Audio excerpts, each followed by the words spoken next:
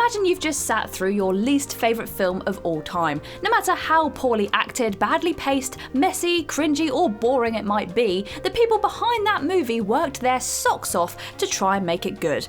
Absolutely nobody sets out to make a bad piece of entertainment, and even the most derided cinematic efforts came from a place of love, care and hard work. As a result, it's not unusual to find one or two flashes of quality in even the most terrible of movies. Some films don't click together overall, whether that's because of a flawed concept, an overstuffed plot, or any other in a long list of potential issues, but more often than not, there's at least a bright spot or two. While these moments don't save their movies overall, they're proof that even the worst flicks can do some good. Whether the filmmakers poured an extra amount of effort into them or they simply got lucky and produced something memorable, these standout sequences deserve to be commended, despite the awful movies they're in. I am Kirsten from What Culture, and these are 10 awesome movie scenes trapped in awful movies.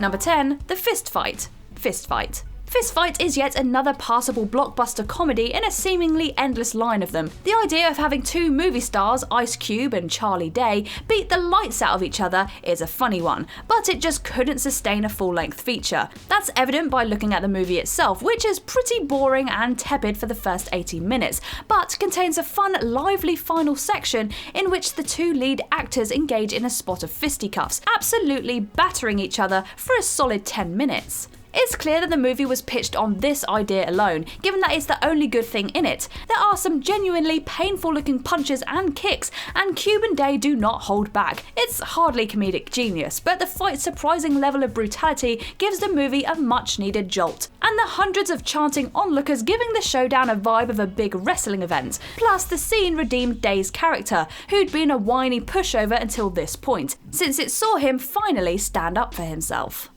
Number 9. Grindelwald's Escape. Fantastic Beasts. The Crimes of Grindelwald. One thing that a Wizarding World movie should never be is boring, but The Crimes of Grindelwald is a snooze fest, with too many characters trudging through too many subplots, spouting endless expositional speeches along the way, all topped off with a confusing final twist for good measure. But it did show signs of excitement initially, with an opening escape sequence featuring Gellert Grindelwald busting out of a flying prison wagon, with lightning, rain and dark clouds giving the scene a creepy gothic atmosphere. Grindelwald flits in and around the wagon like a demon, demonstrating how powerful and dangerous he can be even when the odds are not in his favour. One important thing this movie needed to do was to show that Grindelwald is the right villain to carry the franchise forward, and his wicked, ruthless portrayal in these opening minutes ticked that box. That aside, the scene is just flat out entertaining. Wizarding World movies are capable of pulling off sequences that are unlike anything else on offer, and with broomsticks whipping through the air, bright bursts of light emanating from wands, and a scary gremlin-esque creature to boot, the whole sequence feels, well, magical. This is one of the best action scenes in the entire Harry Potter franchise.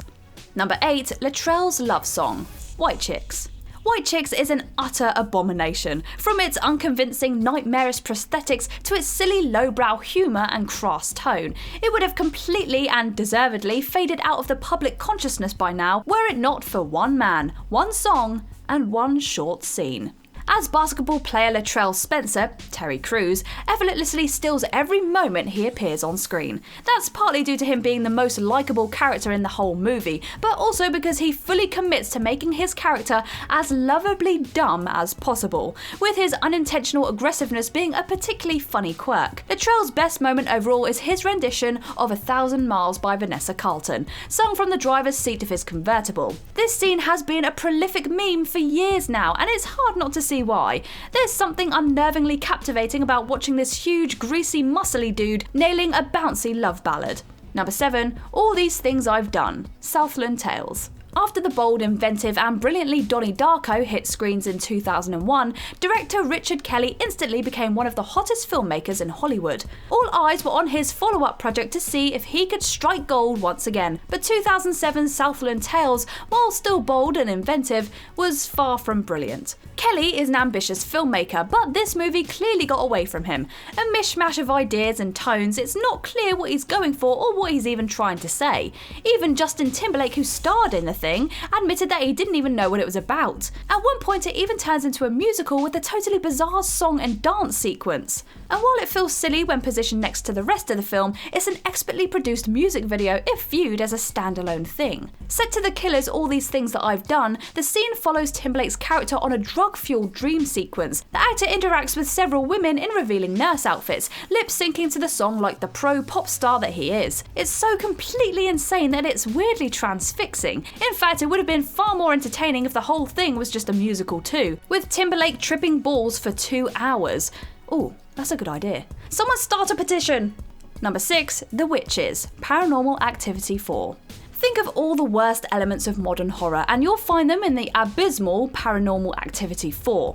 Jump scares that are only scary because someone turned up the volume dial, stupid, unlikable characters who make dumb decisions, annoyingly selective ghouls who only seem to move objects for dramatic effect, is about as bland and by the numbers as found footage flicks get. Things do start to liven up in the final 10 minutes, but by that point, Paranormal Activity 4 was beyond saving. On the plus side, those closing minutes are actually quite great. While searching for her dad, protagonist Alex finds him being dragged around a house by an invisible force, before everything goes eerily quiet and she's attacked by a possessed Katie, before being greeted by an army of evil witches who attack her before she can escape. Those short bursts of genuine terror, Alex's dad's yelling, Katie's attack, and the appearance of witches interspersed with prolonged moments of silence is a technique that will make your skin crawl. Number 5, The Day of the Dead, SPECTRE. With the same creative team as Skyfall, the expectation was that SPECTRE would be just as great. Sadly, 007's most recent outing is frustratingly dreary, needlessly complicated, and worst of all, it feels like it's a paint-by-numbers Bond movie. But its opening scene gave the impression that SPECTRE could match or even outdo Skyfall, with a flawlessly executed tracking shot set during Mexico City's Day of the Dead celebrations, with the camera sneaking its way through a crowd of festival goers inside a hotel, up an elevator, into a room, and out onto the roof, where Bond coolly struts across several buildings before reaching his chosen vantage point. It's clear that countless hours were poured into perfecting this one sequence alone. For the rest of the movie, everyone, including Craig, feels like they're on autopilot. Number 4, First-person shooting, Doom. The amount of decent video game movies can be counted on a single hand, and 2005's Doom definitely wouldn't make the cut. Predictable and drab both visually and in terms of its story and characters, it didn't exactly inspire confidence that game adaptations could work, and 14 years later we're still waiting on the movie that proves everyone wrong. To give Doom some credit, it was never trying to be a stellar movie, and instead just tried to copy the simplicity of the original game: guys, guns, and beasts. At one point it even literally copies the game, going all first-person shooter for a single 5-minute shot through a base infested with hordes of nightmarish creatures. Unapologetically cheesy, gloriously violent, and shockingly well crafted for a film that's otherwise quite mundane and workmanlike, this is easily the movie's most and only memorable sequence, a moment that appealed to Doom fans, gamers in general, and those who like their action sequences to be executed with a bit of flair. Number 3, The Warehouse Fight, Batman vs Superman.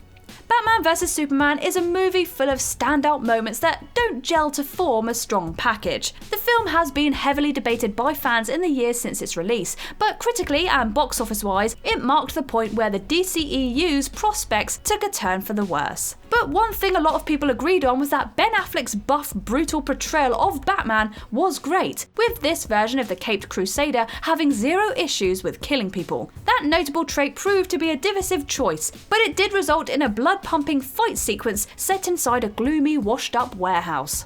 Batman's unmatched physical prowess is on full display here, as he practically dances through an army of low-rent goons who just don't stand a chance. It's an amazing sight to behold, and that bit where he grapple throws a giant wooden box at someone's head.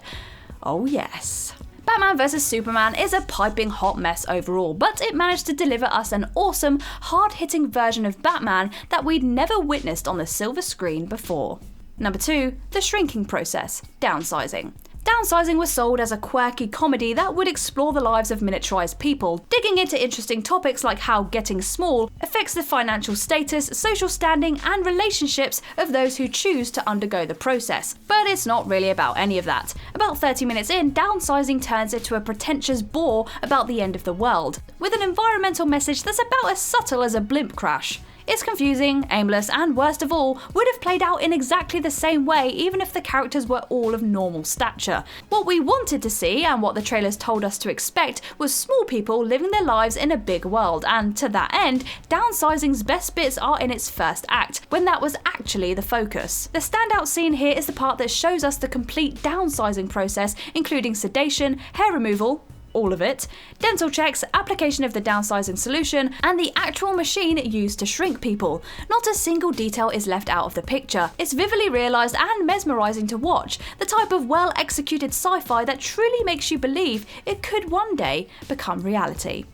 Number 1. Doom Popping Heads. Fantastic Four 2015. The production of Josh Trank's Fantastic Four was a full-blown disaster, with the director and the studio butting heads in such a major way that there's literally a split in the film, 1 year later, where you can see two different visions colliding. By all accounts, Trank didn't get to make the movie he wanted to make, and while the final product is almost unwatchable, there are a few glimmers of potential dotted throughout, small hints at the darker and probably better Fantastic Four movie the exciting young filmmaker envisioned from the start. Chief among these is a really short scene, the shortest scene on this list, that still manages to leave a chilling, lasting impression. Presumed dead Victor Von Doom returns from Planet Zero and sets out on a murderous rampage through the facility. Shot from behind the character as he calmly strolls down a corridor, Doom starts exploding people's heads without even lifting a finger, using his newfound telekinetic powers to brutally slaughter everyone in his path. And its daring execution is just another reason to lament the loss of the great Fantastic Four movie that we never got.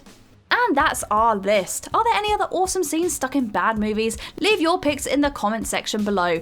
If you like this video, give it a thumbs up, and if you haven't already, click that subscribe button. But for now, I have been Kirsten from What Culture, and I will see you in the next video.